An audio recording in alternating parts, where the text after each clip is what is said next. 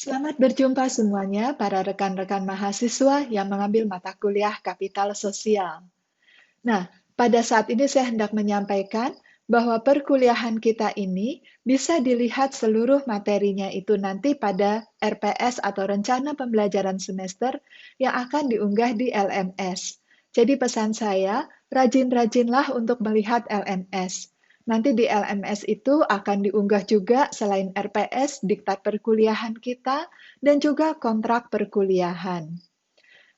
Dan mengenai mata kuliah ini, saya mengharapkan bahwa kalian rajin untuk terus mengumpulkan tugas-tugas.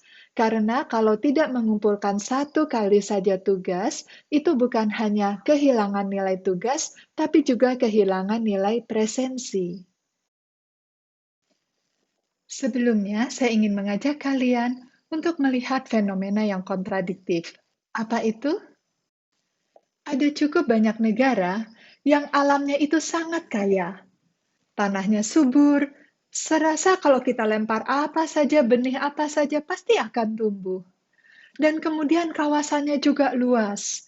Jadi dia bukan hanya menjadi negara yang besar secara kawasan, tetapi juga memiliki kekayaan alam yang luar biasa.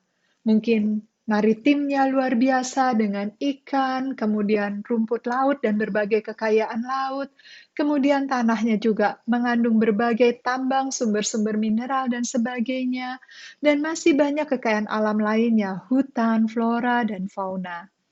Nah, akan tetapi ternyata secara ekonomi maupun kesejahteraan, negara ini tidak kaya, sehingga ia disebut sebagai negara berkembang. Sebaliknya ada cukup banyak negara yang kawasannya sempit, negara yang kecil saja.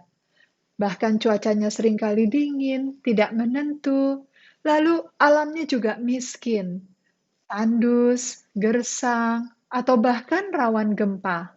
Tapi ternyata negara-negara itu banyak yang menjadi negara-negara maju.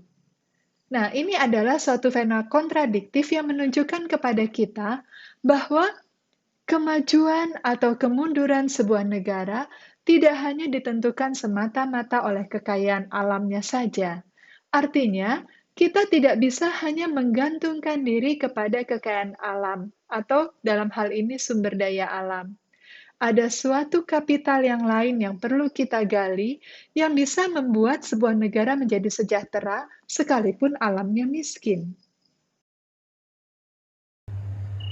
Kalau kita hanya mengandalkan uang saja, maka segala sesuatu akan macet. Kita tidak akan bisa berbuat apa-apa. Ada satu hal yang menarik dalam film Nemo. Anda pernah ingat film Nemo tentang seekor ikan? Pada saat itu, ikan-ikan, teman-temannya si Nemo itu, tertangkap oleh sebuah jala. Dan mereka pelan-pelan ditarik oleh si pemancing ke atas, dan tentu saja sebentar lagi mereka akan mati. Tetapi Nemo saat itu meminta teman-temannya untuk terus berenang ke bawah, berenang ke bawah. Dalam sebuah kesatuan, akhirnya mereka bisa menang dan lolos dari kematian. Mari kita simak sebentar video berikut ini. Nemo? Nemo? Dad! Nemo, come on! Dory? Nemo! Nemo! I'm coming, Nemo! Nemo! Oh, thank goodness. It's all right, son. It's gonna be okay. Turn around! You're going the wrong way! Look out!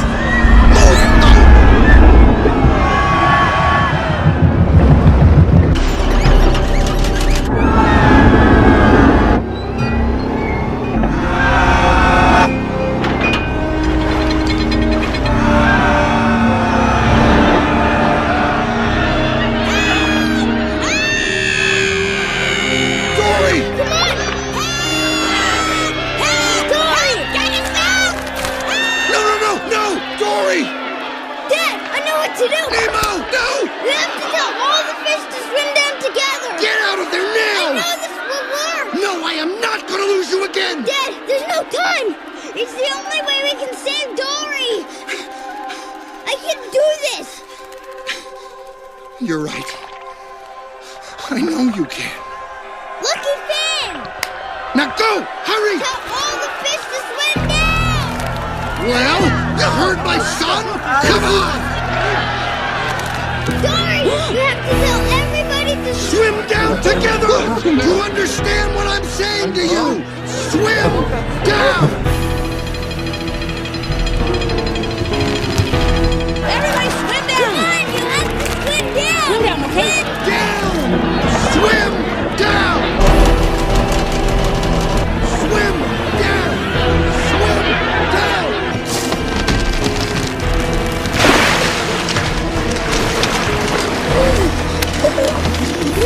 Don't give up! Keep swimming! Just keep swimming! That's it! It's working!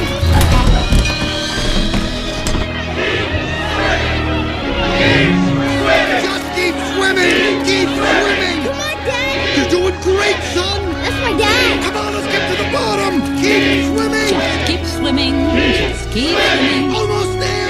Keep swimming!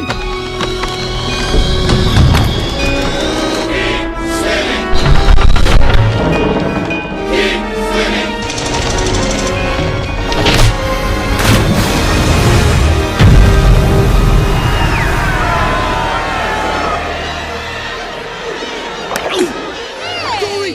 Tadi kita baru saja menyimak bagaimana sekelompok ikan-ikan temannya Nemo itu mendapatkan kemerdekaan mereka tanpa uang. Artinya, ada suatu modal yang lain selain modal finansial yang juga bisa mendatangkan keuntungan. Jadi sebetulnya saudara-saudariku, di dunia ini ada begitu banyak modal. Antara lain misalnya kapital ekonomi. Kapital dalam hal ini berarti juga modal ya. Ada juga kapital manusiawi. Ada kapital sosial. Ada kapital natural. Kapital ekonomi itu antara lain aset finansial dan aset-aset ekonomi lainnya. Sementara kapital manusiawi itu adalah modal manusia untuk mendatangkan keuntungan. Misalnya pendidikannya, gelar pendidikannya itu termasuk juga, lalu kesehatannya, lalu berbagai keahlian yang dikuasainya. Kapital natural atau sumber daya alam misalnya tambang, flora dan fauna, sinar matahari, udara, angin, dan lain-lain. Nah, yang ingin kita pelajari saat ini adalah kapital sosial, yaitu sebuah modal yang sebetulnya sudah tertanam di dalam sebuah kelompok sosial atau entitas sosial masyarakat. Di dalam kapital sosial, itu ada trust atau kepercayaan, ada resiprositas, ada norma, ada nilai, ada partisipasi, dan sikap-sikap proaktif. Sekarang yang menjadi pertanyaan kita adalah, apakah kapital sosial dibutuhkan di Indonesia? Dibutuhkan di tempat kita saat ini? Dan selanjutnya adalah, apakah kapital sosial itu ada? Dalam hal ini saya ingin menyampaikan bahwa di Indonesia masyarakatnya memiliki potensi yang besar untuk memiliki kapital sosial. Mengapa demikian? Karena masyarakat Indonesia hidup dalam kebersamaan, kekerabatan, dan gotong royong sejak dahulu. Karena itu ada rasa percaya satu sama lain dan mereka hidup dengan norma dan nilai-nilai yang sama. Dan hal ini mengakibatkan terjadinya jaringan sosial di antara mereka. Dengan demikian, seharusnya potensi kapital sosial itu cukup besar di kalangan masyarakat Indonesia. Sekarang, mari kita lihat seberapa besar kita membutuhkan kapital sosial di Indonesia. Untuk itu, mari bersama-sama kita melihat gambaran situasi Indonesia saat ini. Yang pertama, Indonesia saat ini memiliki sumber daya alam yang semakin hari semakin terbatas. Kemudian yang kedua, struktur sosial dan politik di Indonesia masih belum seimbang.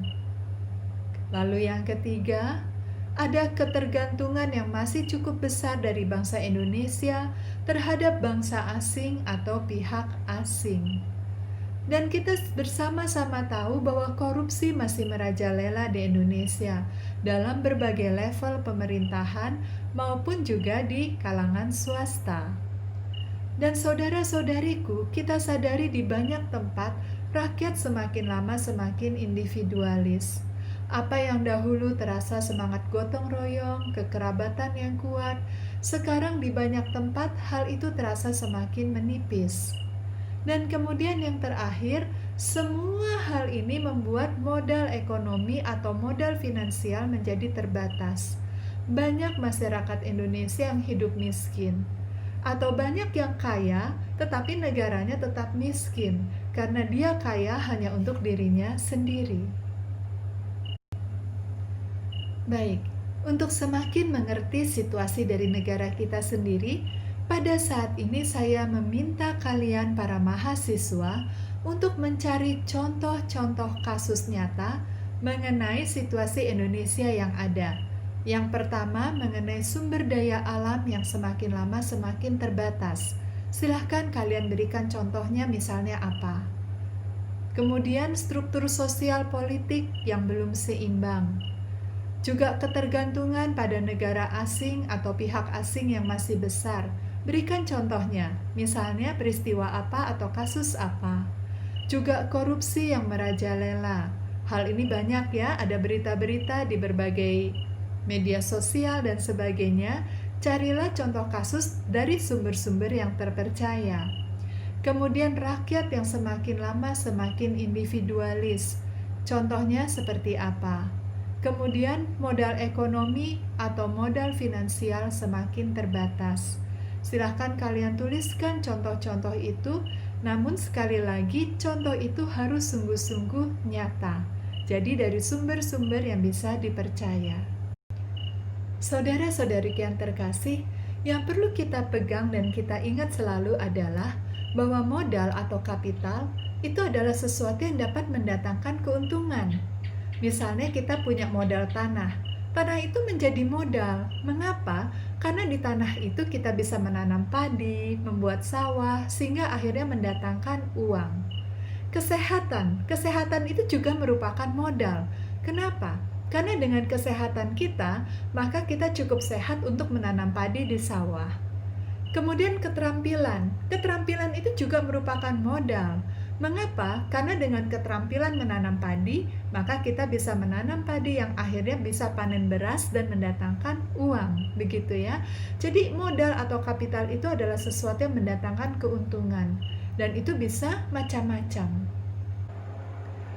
Pernahkah melihat sawah yang berbentuk bulat? Ini adalah foto sawah yang berbentuk bulat. Seringkali juga disebut berbentuk jaring laba-laba. Sawah ini terletak di Kabupaten Manggarai di Pulau Flores, dan orang sana menyebutnya sebagai lingko lodok. Nah, saudara-saudariku, sawah ini tidak mendatangkan keuntungan sekedar karena padinya bisa dijual dan mendatangkan uang, namun juga ternyata menjadi objek pariwisata yang luar biasa. Banyak orang datang dari mana-mana untuk melihat bentuk sawah yang unik ini. Dan ini lahir dari budaya yang menjadi tradisi turun-temurun masyarakat Manggarai. Jadi dalam hal ini, di balik sawah yang kita lihat tidak hanya ada modal tanah, modal kesehatan, modal keterampilan, tetapi juga ada modal budaya atau modal tradisi. Jadi kita lihat sekarang bahwa ada begitu banyak jenis modal yang ada di dunia ini. Tidak hanya uang semata-mata. Dan artinya apa? Memang segala-galanya perlu uang, begitu kata orang. Tapi bukan berarti tidak punya uang, tidak bisa melakukan apa-apa. Ada banyak hal sebetulnya yang bisa mendatangkan keuntungan dan membuat kita semakin berkembang.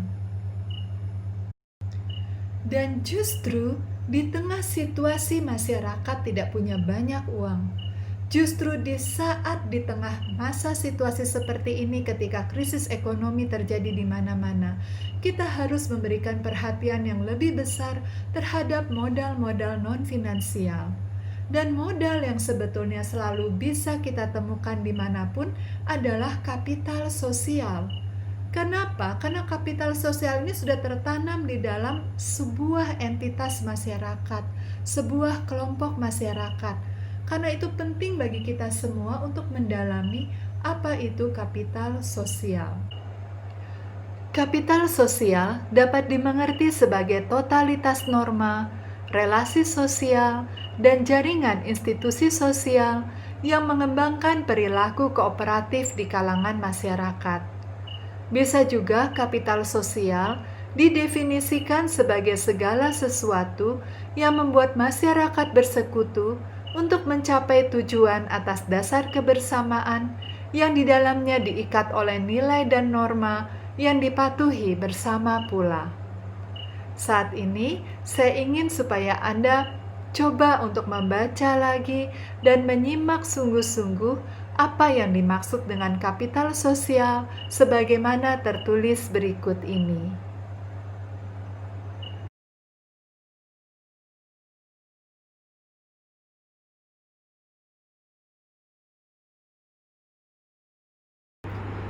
Ada 3 unsur utama dalam kapital sosial, yaitu trust atau kepercayaan, nilai-nilai atau norma, dan yang ketiga adalah jaringan sosial. Apa yang dimaksud dengan nilai-nilai? Nilai-nilai itu adalah sesuatu yang menentukan mana yang baik, mana yang buruk, begitu. Jadi dalam suatu kelompok masyarakat, mereka menilai ini sebagai yang baik, ini sebagai yang buruk, itu tergantung dari nilai-nilai yang mereka hayati. Sementara norma itu berarti peraturan atau pedoman atau ketentuan yang dianut oleh sekelompok masyarakat. Karena itu, nilai-nilai dan norma yang berlaku di suatu kelompok masyarakat tertentu belum tentu sama dengan kelompok masyarakat yang lain. Nah, jika ada sekelompok masyarakat hidup dengan nilai-nilai yang sama, dengan norma yang sama, maka di antara mereka akan timbul rasa saling percaya atau trust. Dan oleh karena itu, karena ada rasa saling percaya satu sama lain, mereka menjadi suatu kelompok yang ada ikatan kuat di antara mereka, timbul sebuah jaringan sosial. Nah, pada saat itulah ketika sekelompok masyarakat hidup dengan nilai-nilai dan norma yang sama, ada trust satu sama lain dan menjadi sebuah jaringan sosial, maka mereka memiliki potensi kapital sosial. Mari kita pelajari lebih dalam lagi mengenai unsur-unsur kapital sosial ini. Yang pertama, norma. Apa yang dimaksud dengan norma? Saya akan memberikan contohnya supaya kalian menjadi lebih jelas. Contohnya begini. Di sebuah kampung, berarti di dalam sekelompok masyarakat, itu ada norma bahwa tidak boleh berboncengan motor laki-laki dan perempuan yang bukan suami istri. Nah, ini bukan peraturan tertulis, tetapi semua orang mengikuti peraturan itu. Itu disebut norma. Atau misalnya begini, di sebuah kampung atau sekelompok masyarakat, itu ada norma bahwa kalau sampai ada yang ketahuan mencuri barang tetangganya, mencuri barang orang lain, ya pokoknya mencuri ya, maka dia akan dikucilkan.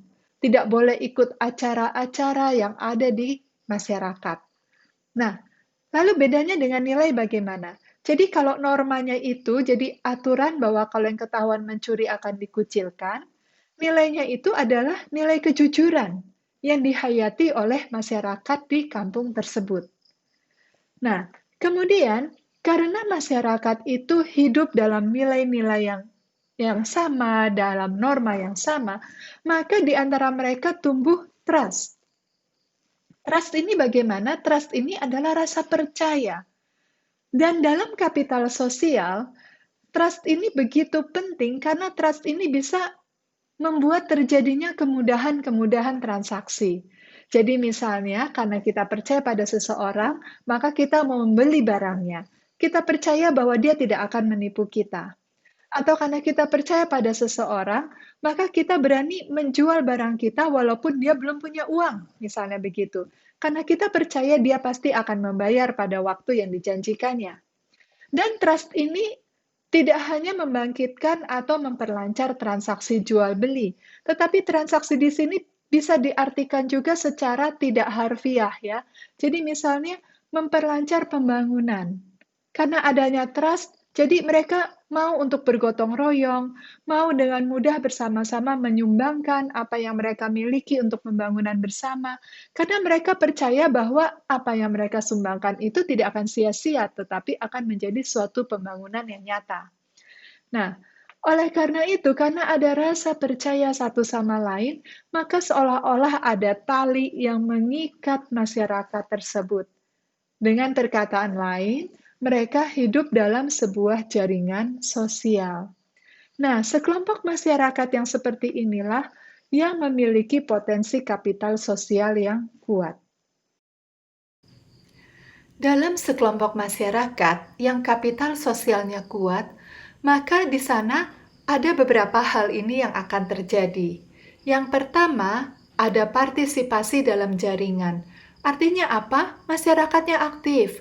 Kalau misalnya ada kegiatan gotong royong bersih desa misalnya, maka semua warga mengambil bagian, ikut berpartisipasi untuk bekerja sama membersihkan desa.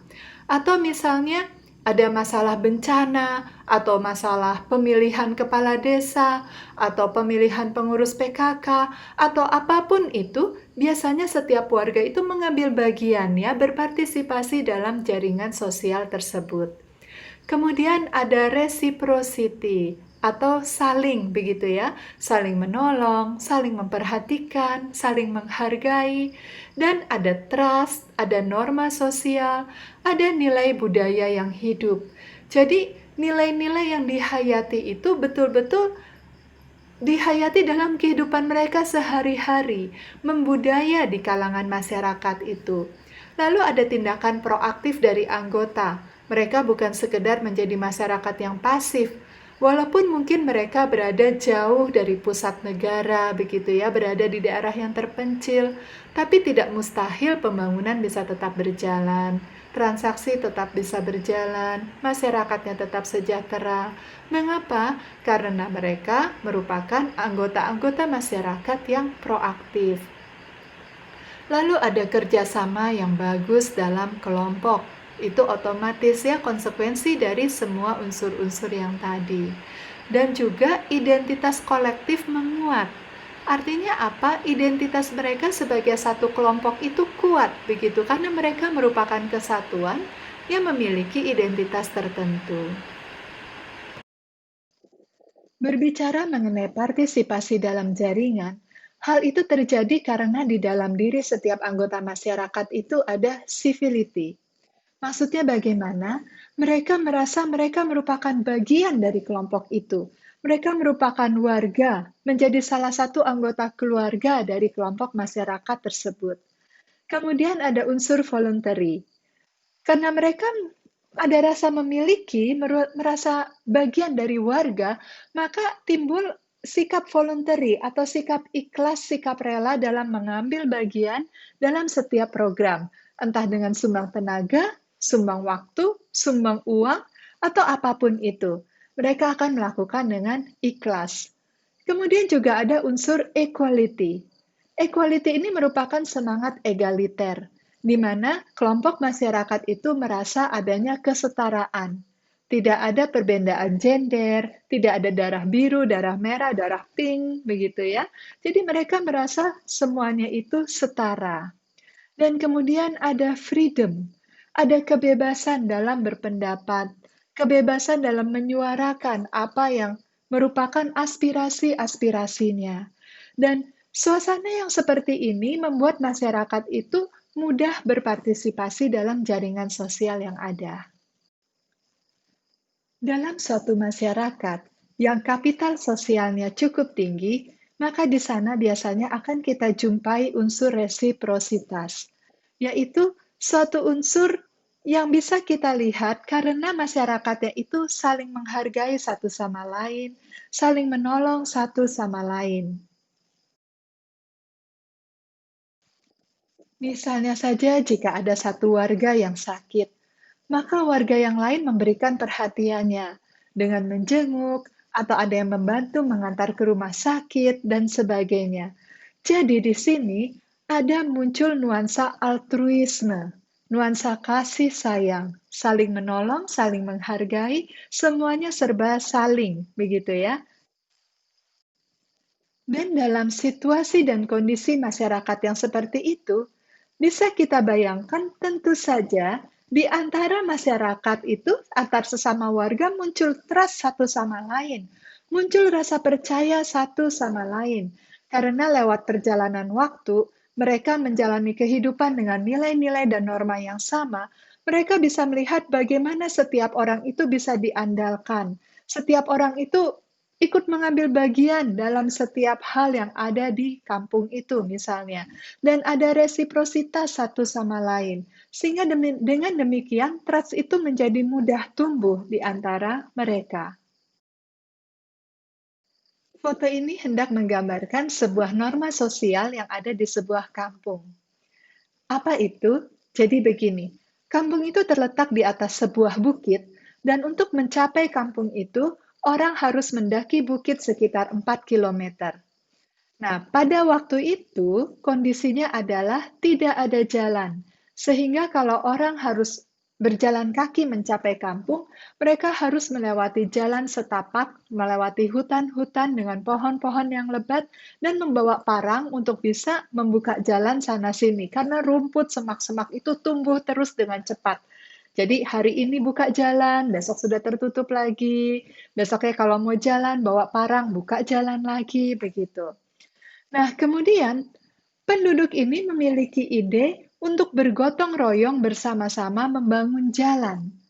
Ya, walaupun bukan jalan aspal ya, mereka tidak punya modal untuk itu. Mereka juga tidak punya uang, tidak punya aspal, tidak punya alat, tapi mereka memiliki kapital sosial yang kuat. Apa yang mereka lakukan? Bersama-sama mereka membuka jalan cukup lebar sekitar 4 meter. Jadi bukan jalan setapak lagi.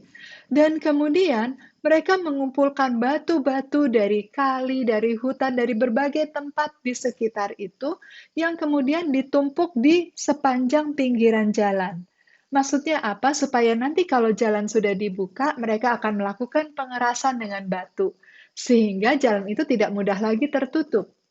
Nah, waktu itu ada semacam norma sosial yang muncul di antara mereka, apa itu? Yaitu bahwa batu itu yang sudah dikumpulkan di sepanjang tepi jalan tidak boleh dicuri, tidak boleh diambil oleh siapapun. Nah, suatu hari ada seorang bapak yang merupakan bagian dari warga kampung itu mau membangun rumah. Dia membutuhkan batu. Lalu dia pikir daripada susah-susah cari batu, dia ambil batu-batu yang sudah ditumpuk di sepanjang pinggiran jalan itu. Lalu apa yang terjadi? Akhirnya bapak itu dikucilkan dari masyarakat. Ini merupakan salah satu contoh dari norma sosial yang ada. Nilai budaya yang hidup.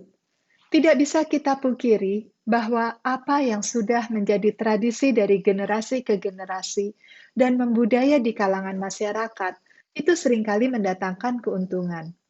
Keuntungan itu bukan hanya membuat masyarakat semakin kuat dalam kekerabatan sehingga makin kompak, makin hidup dalam persaudaraan, tetapi juga tidak jarang meningkatkan perekonomian masyarakat. Mengapa? Karena menjadi daya tarik pariwisata. Nah, oleh karena itu kita bisa melihat bahwa nilai-nilai budaya yang hidup itu juga merupakan unsur-unsur yang terdapat di dalam kapital sosial, yang membuat masyarakat itu memiliki modal yang mendatangkan keuntungan bagi mereka, baik secara ekonomi maupun secara sosial.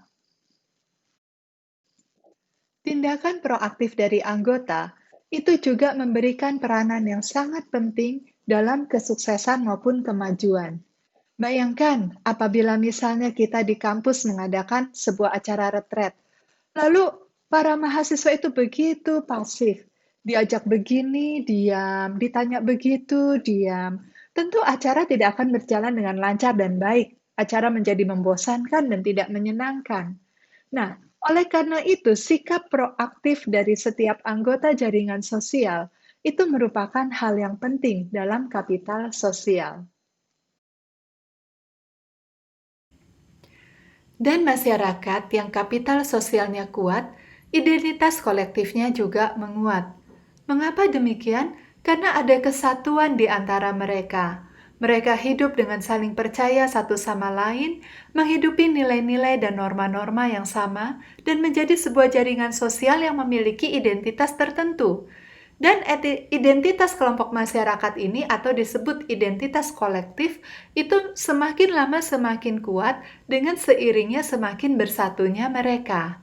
Jadi bisa dibayangkan misalnya masyarakat kota yang saling tidak kenal, saling tidak peduli satu sama lain, berjalan masing-masing, maka identitas kolektifnya sangat lemah, tidak jelas begitu ya.